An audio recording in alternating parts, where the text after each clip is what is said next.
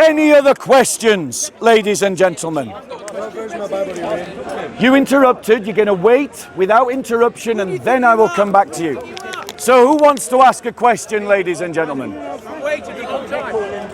I won't be answering his question until someone else asks. So question, go on, bro. What version of the Bible are you reading?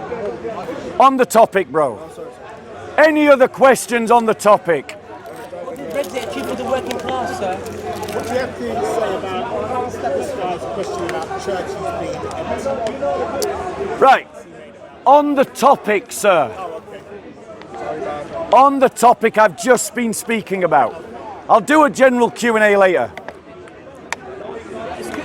Excuse me for heckling. Okay. I just want to ask you one question. So, what I will say is that Muslim trolls like this use this claim about empty churches to try and demoralize you, ladies and gentlemen. Our church ain't empty. They're trying to demoralize you. But put your hand up if you go to a full church. There you go, ladies and gentlemen. Don't believe the lies. Shall I tell you what churches are empty? Which ones? The humanist churches. The civil religion churches. We want to get along with the establishment churches. Those are the ones, ladies and gentlemen, that are empty, ladies and gentlemen. And let's be clear, ladies and gentlemen. If there were as many mosques in this country as churches, the mosques would be empty as well. So, right, any other questions? And try to be on topic. Show that you are listening. You didn't interrupt. Go on. Why did the rioters attack a mosque in South? Right, ladies and gentlemen. I'm just going to point out, I'm going to answer like a liberal troll answers the question. So the question is, why did the rioters attack a mosque? Here's how a liberal troll answers those kind of questions when we ask about why were working class girls targeted by Muslim grooming gangs. How do the liberal trolls answer? They answer by saying, well, there are white paedophiles. Why was a church in East London attacked by a Muslim? Why was St. James Sussex Gardens attacked by a Muslim who in court said, I did it because I hate Christians? Why, ladies and gentlemen, were there anti-Christian pogroms in Egypt? And why, ladies and gentlemen, do liberal trolls like this never speak about those issues? Never speak about those issues. No. To be better than the liberals, I will answer the question. The reason why those working class marched on a mosque, and I don't actually deny that they do, is because they were angry, they were frustrated, they lacked discipline and self-control, and they lacked leadership of disciplined people. And it happened because some idiot, some buffoon, who I hope the police capture, spread a lie that the person that killed those children had a Muslim name. That's why they marched on that. But notice, ladies and gentlemen, that we've never seen this guy go to the Muslims and say, why was St. James Church had all its windows smashed in? Let us see, go and do it now. Let us have you on camera. I bet you there's not one video he can show. Not one video, ladies and gentlemen. have just been harassing Christians. I'll say There you go. Next question, ladies and gentlemen. Go on, bro. He interrupts. JC, I will never ever answer a question of someone who heckles. Go on, bro. Yes, it is true. Reform is on the rise. Sorry? Yes, it is true. Reform Party is on the rise. Many people are joining. How also UKIP. But why there is a nasty campaign against Nigel Farage and Richard Tice? Right, ladies and gentlemen. Why is there a hate campaign against leading members of Reform? Because they are contradicting the liberal narrative. That's why. Reform is spotlighting issues that the liberal elites would sooner just ignore, ladies and gentlemen. Like the fact that we are living in a country that no longer has a southern border. Think about that for a second. One of the most powerfulest countries in the world has lost control of its southern border. How is that not a problem, ladies and gentlemen? I want to be clear. I have migrants who are my friends. I am fully supportive of legal migration, ladies and gentlemen. The problem with illegal migration is you have no idea who is coming through. That's right. And we now have documented countless examples of migrants coming through who almost within a year are committing crime, ladies and gentlemen. That is a problem, ladies and gentlemen. And it needs to be addressed. The liberal elites have lost control of their prison system, where Islamist gangs are running riots and forcibly converting people to Islam. Ladies and gentlemen, where drugs are rampant in the prison system.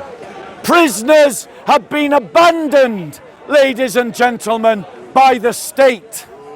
The reason why they hate Reform is because Reform is talking about all the things that the liberal elites don't want you to think about, ladies and gentlemen. Any other questions, ladies and gentlemen? Yeah, go on, bro. Just whether you're aware of it, why the British government awarded the Muslim community 117 million to protect the Muslim schools, community centres and mosques. Yeah? And this was back in March, so did the government know that something was happening beforehand? Right. Firstly, brother, let's not call them a government. Let's call them a regime. We're not talking about a government. We're talking about a regime. A regime that acts like tyrants, ladies and gentlemen, that have reduced the working class community to second-class citizens in the UK. The regime talks about those working classes and villainizes them as alt-right. We can all play this sophist game, so let's stop referring to them as a government and let's start talking about them as a regime. And let's stop talking about them as the Prime Minister or Home Secretary, and let's call them a tyrant instead, ladies and gentlemen. You want to call us alt-right racists? We'll call you a regime. You stop villainizing us and we'll stop calling you names as well. Fair enough, sir. Now, ladies and gentlemen. Now, ladies and gentlemen. The British government has offered 160 million to protect Muslim schools and Muslim mosques, ladies and gentlemen. And they did that before current events occurred. Now, ladies and gentlemen, why did they do that? They did it because they are postulating a narrative that there is an equal problem in our society between radical Muslims and the radical alt-right. And so this policy is a demonstration of how they see the world. Now, ladies and gentlemen, it goes without saying Muslim communities are worthy of protection. The same protection that everyone else should receive. So why did they get special treatment? Why, ladies and gentlemen, are we not spending money protecting the ex-Muslims in this country who are being driven from their homes in this country, who are fleeing violence in this country? Who gives a damn, the Muslim apologist says. He's let his mask slip. There you go. Who gives a damn about ex-Muslims fleeing violence? There you go. He exposed himself, ladies and gentlemen. Ladies and gentlemen, why are we not protecting Christian churches in Muslim areas from harassment that occurs on a regular basis, ladies and gentlemen? Why are we not defending Jewish communities from pro-Palestinian, Islamist-supporting rioters and marchers in the UK? Ladies and gentlemen, let's be clear. The United Kingdom doesn't have an alt-right problem. It has an Islamist problem. Over 40,000 people on MI5's watch list are Islamists. And this brother laughs again, exposing himself. Over 90% of those being watched by the security services are Islamists. Ladies and gentlemen, we don't have an alt-right problem. We have an Islamist problem. And we have a problem with our elites, ladies and gentlemen. We have an elite problem in the United Kingdom. That's the problem. These protests that we see right now are the cobweb. They are not the cause. And as anyone who owns a house knows, until you deal with the spider, you never get rid of the cobwebs. Any other questions, ladies and gentlemen? Have you ever handled a spider? Let someone else ask a question. Any other questions? Going once? You're talking about spider. Have you ever handled a spider? Going what? You're scared of a spider. You need to pay more attention. I literally just answered that question. I literally just answered that question, bro. Sir, we need less Hitlers in this world. You need to come closer if you can't hear me. Hitlers in this world. Any other questions, ladies and gentlemen? Less Hitlers in this world. We need less apologists like him in this world. National socialism. There we go. Any other questions? Going once? You're a fascist. I know you read Mussolini and Adolf Hitler's Mein Kampf. Going twice? Bob, do you think that we need more Christians actually in the Houses of Parliament? Right. It's all fake. That's not a real So, ladies and gentlemen, the question is, do we need more Christians in politics? And the answer is, it doesn't matter how many Christians we have in politics if those Christians are not actually guided by a Christian worldview. We've had multiple Christians in politics for decades. What's your birth rate? The last 6 prime ministers of the UK were all professing Christians. What's the birth rate of your Theresa May, What's the birth rate? Tony Blair, That question. David Cameron. What's it? It's pointless having Christians, brother, you're not helping. If you want to help, stand with your back in front of him and don't engage. That's how you'll help me right now. Ladies and gentlemen, unless we have Christians guided by the Christian worldview, it does not matter how many Christians we elect. And too many Christians follow a liberal agenda, not a Christian agenda. And so, before we ask the question, how can we get more Christians into politics, we need to ask a much more important question, which is, What kind of Christian country are we working for? Are we working for a Christian country at all? And if anyone who is in politics and calls themselves a Christian says honestly that they are not working for a Christian country, then they are a pointless politician as far as the church is concerned. Any other questions, ladies and gentlemen? You never answered that question. What's the Caucasian birth rate in North America and Europe? Answer that question. Any other questions? Go on, bro. That's why you're bloody shit in your pants. With all what's been going on in London, and then poor You're not kids even replacing your dying. population. Sorry? With all what's been going on in London with the riots and everywhere across England, them little kids dying because of that attack. What I don't understand is why Sadiq Khan, the Muslim mayor of London, hasn't come out, give his condolences, or made one appearance or anything on Twitter or anything. Why is that? Because he's too scared to upset the Muslim community. Right, ladies and gentlemen. The claim is that Sadiq Khan has not expressed his public condolence to the victims of Stockport. I do not know if that is true or not. He may very well have, ladies and gentlemen. However, if underlined, italicized, emboldened, if he has not given his public condolences, then serious questions need to be asked of Sadiq Khan. Because if those children were Muslim, I am 100% confident that he would have been amongst the first people to speak.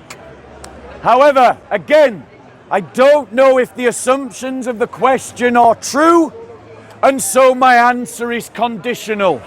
Any other questions, ladies and gentlemen? Any other questions going once? Why do you think there's like Islamic extremist problem? Cool. Why is there Islamic extremism in the UK than Muslim countries? Right. Ladies and gentlemen, I'm no longer going to project my voice. If you want to listen to me but you can't hear me, you're going to have to move closer. So I'm not going to project my voice. If you want to hear me, move closer. So the question is, why do we have a radical Islam problem in this country? And the answer to that, ladies and gentlemen, and it isn't the case that it's bigger in England than it's bigger in a Muslim country, because it depends which Muslim country you look at. There's a massive Muslim radicalization problem in Pakistan. It's much bigger than in the UK.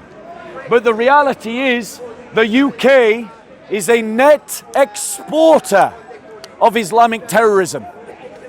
That is again a condemnation of our liberal elites, who have allowed the UK to be a net exporter of Islamic radicalization. But why does it exist in the first place?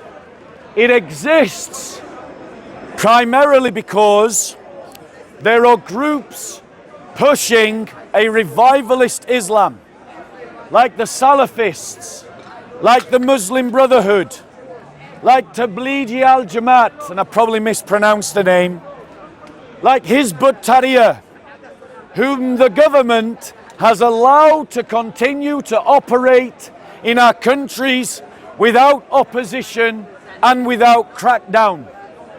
And these Islamist movements have tapped into what Islam was at its birth: an imperialist, colonialist, supremacist ideology that believes in the subjugation of the whole world to Sharia law by any means necessary, including violent jihad.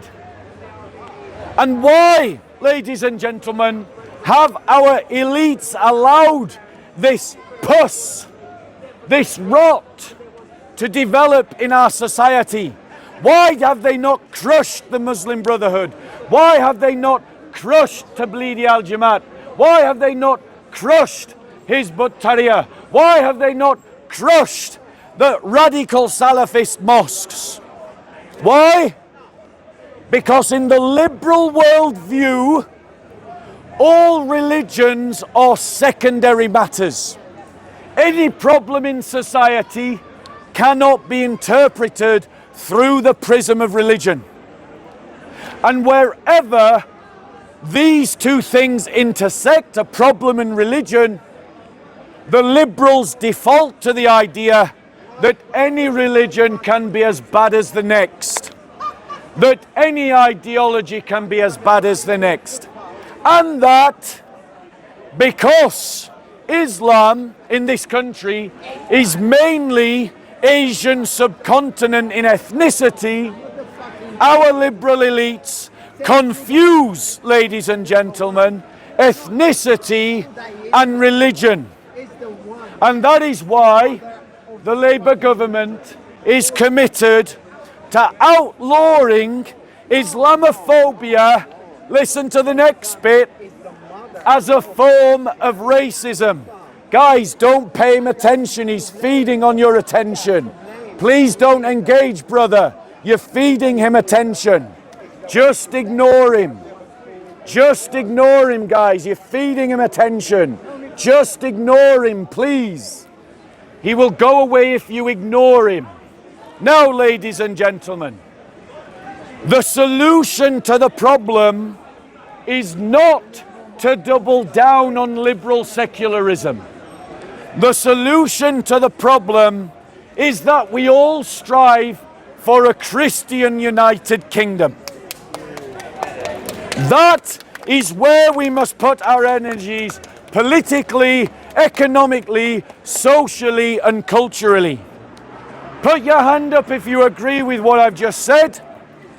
Keep your hand up. And I want you to note how this cause unites people from every ethnicity, every colour, every culture, every language, both migrants and natives. And that, ladies and gentlemen, is why this cause has to be a cause for Christendom and not a cause for natives against immigrants. Next question, ladies and gentlemen. Just following up that question then, what do you think the UK government needs to do to establish this Christian, as much of the Christian? Firstly, let's not refer to this government as a government. Let us refer to them as a regime, because they have reduced working class communities to second-class citizens in this country. That is what the tyrants have done, ladies and gentlemen. And so, what the people must do is destroy the Labour Party. What the people must do is destroy the trade union movement. What the people must do is destroy the Conservative Party. And how must we destroy them? By using the fullness of our rights to organise, to politicise our communities, extra, supra, state, outside of the state, outside of the state, but in a democratic way, so that we begin to take over our local communities and our local politicised constituencies, so that they begin to reflect our concerns. And again, I say to the church and to the Reform Party, this is your moment. Right now, lift up your eyes from your church programs and see that the opportunity is now to stand with the working classes, is now to give voice to their concerns. And if you will not, then we can find another, because churches can organise without those churches that will not support them. And if the Reform Party will not stand with the people, then we can find a party that will. And so it is not about what the government does, but about what all of you can do. Ladies and gentlemen, stop looking to the regime. The regime has shown you that it wants to treat you and will treat you as second-class citizens. So organize yourselves to replace the regime through the democratic process and through the democratic methods in a war that we fight democratically. Go on. Okay, I'm a visitor here. So I always wondered this, that in America, there's a huge difference between a Republican politician and a Democrat politician. But when they come here, I am only here for summers, but I see no difference between conservative politicians and Labour politicians. Okay, what's your question, bro? Right. So the question is, ladies and gentlemen, why is there no observable difference between the Conservative Party and the Labour Party? It's because the Labour Party and the Conservative Party are both fully committed to the same internationalist liberal agenda. They are both fully committed to the idea that what we want is a world market in which all culture and values are subject to the needs of the economy, and your only value is as a GDP point to that economy, and that you're just there to buy and to consume, and you are there to serve the elites, and they distract you with bread and circuses. And the reason why the Labour Party and the Conservative Party sound and do exactly the same things is because the only difference between them is how they manage the implementation of the same ideology. They have no real ideological difference. And that is why we need ideological education in our communities to recognize that this is a battle between creating a Catholic world, not Catholic in the sense of Roman Catholic, but Catholic in the sense of a Christian, multi-ethnic society that values local custom and tradition, versus a liberal internationalist agenda in which they dilute local culture and custom and tradition and identity to turn you into consumers for an international market that they themselves control, ladies and gentlemen.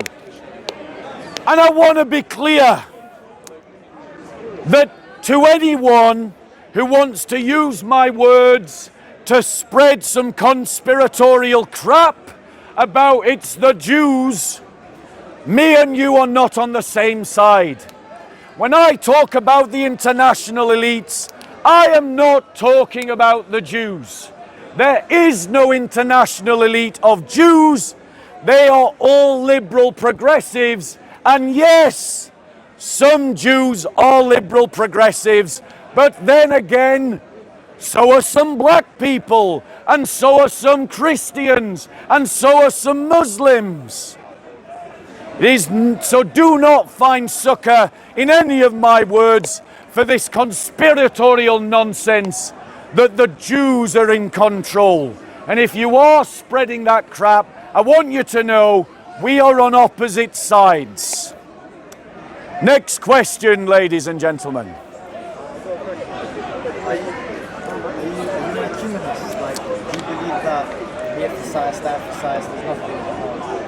Okay, so ladies and gentlemen, why am I talking about this struggle as one between a liberal internationalism and a Christian Catholicism? Because Catholic means universal. Universal means that it is open to all ethnicities, ladies and gentlemen. And I am advocating for a new Christendom, which is open to people of all ethnicities and cultures, But alongside that, I support the idea of an ecumenical movement in the church, a new ecumenism, like we've seen in Northern Ireland, where Protestants and Catholics have put aside their historical differences and have stood together, shoulder to shoulder, Irish flag and Ulster flag, flying in the same march, in the same cause. We as Christians must put aside our differences, because the battle against liberal internationalism and the battle against Islamization is far bigger and far more important than your squabbles between Protestants, Catholics and Orthodox. When we've dealt with the bigger problems, then let's return to these discussion points. Go on, sir. Why don't you wipe out all religion, just disregard all religions and just work on a neutral base where no one has their God higher than anyone else's God? Nice neutral base. I'm from New Zealand, mainly an atheist country, no problems like you've got here. Right, ladies and gentlemen, let's be clear. The liberal progressives tell us, they try to dupe us, that a secular, non-religious state is a neutral state.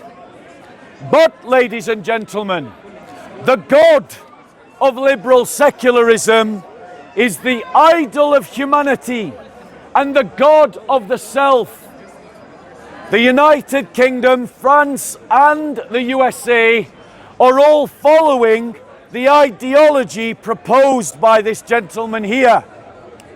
And that ideology has given rise to the abuse of women through transgenderism. It has given rise to Islamization in France and America and the UK, because that ideology cannot and will not deal with the problem, ladies and gentlemen. Ladies and gentlemen, this idea that we don't favor one religion over another is a myth, because the human heart desires a God, and those societies built on liberal secularism do have a God. It is called the liberal nation state, ladies and gentlemen. And the idea that there are no problems in New Zealand is not true. The rot of Islamization has already started in New Zealand, but it hasn't progressed enough for the liberal progressives to notice. But if they don't believe me, they can look at France, they can look at the UK, they can look at the USA, they can look at secular Turkey, they can look at the birth of secular Pakistan, secular Egypt, that all started implementing what this man suggests and resulted in, ladies and gentlemen, the problems we are seeing in our society today. In other words, this brother is saying, let's double down on failure. I'm saying, let's hack our way back to a path that once worked. Christendom, ladies and gentlemen. Any other questions? You touched on the Islamization in France. What do you think should be done, and what do you think of the Islamization in France happening now? Ladies and gentlemen, if anyone wants to know how bad things can get, they only need to look at what is happening in France at the moment. In France, they have uncontrolled Islamization, where women have disappeared from certain suburbs in and around Paris, where armed groups have literally walked through the streets carrying weapons, Kalashnikovs, where churches are regularly attacked in their thousands, ladies and gentlemen. What must happen in France is that the first daughter of the church returns to her first love and commits herself once again to a Christendom in France, to a Christian France. And make no mistake about it, ladies and gentlemen, Christianity is growing in France. Baptisms are up, and many Muslims are becoming Christians in France as well, because many Muslims don't want to live under Sharia law also. But, ladies and gentlemen, I want to say directly to the people of France, the principles of the Republic are exactly the things that got you into the mess you're in. Doubling down on failure is not the solution. The cry across Europe must be to establish a new Christendom in Europe, where Christians in France make common cause with Christians in England, who make common cause with Christians in Germany, who make common cause with Christians in Nigeria, who make common cause with Christians in Ethiopia, who make common cause with Christians in Cyprus, who make common cause with Christians in Pakistan, who make common cause with Christians in India, who make common cause with Christians in Burma, who make common cause with Christians in the Philippines, who make common cause with the Christians of the Sudan, who make common cause with the Christians of Malaysia. We need a revival of the Catholicness of the body of Christ against the enemies of the church. Are the Muslims the enemy, are they? Ladies and gentlemen, are the Muslims the enemy? That's the question. I'm going to answer his question first. After he's, let me deal with his question and then I'll deal with yours. Brother, if you interrupt, I won't take a question from you. You think the Muslims are just going to roll over and say, yeah, sure, create... Right, ladies and gentlemen, notice how simplistic the liberal thinks. Did you hear me say Muslims are the enemy? No, I didn't say that, did I?